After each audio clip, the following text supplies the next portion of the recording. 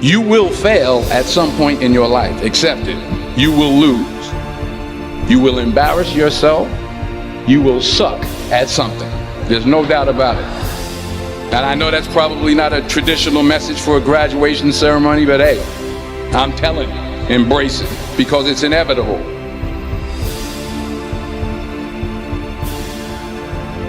We need it from you, the young people, because remember this. You got to get out there. You got to give it everything you got, whether it's your time, your talent, your prayers, or your treasures.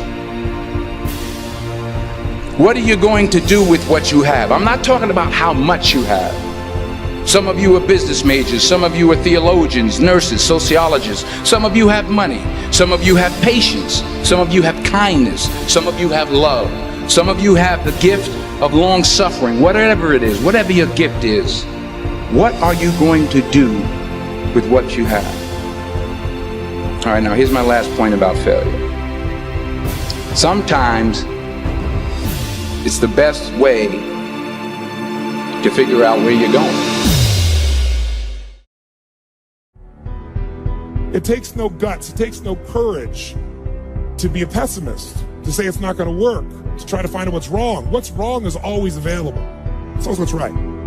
So I'm not into positive thinking, but I am into intelligence. And intelligence says, see it as it is, don't make it worse than it is.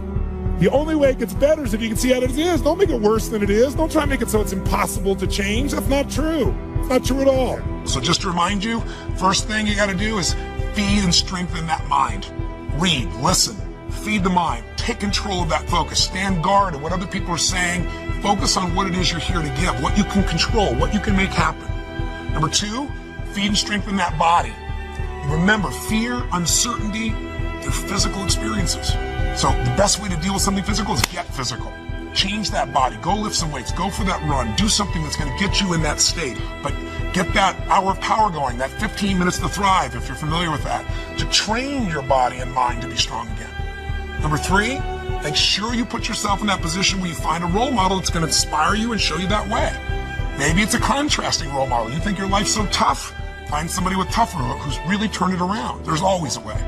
Four, make sure you get yourself into action. Get a plan, take massive action. And then number five, most importantly of all of them, feed your spirit.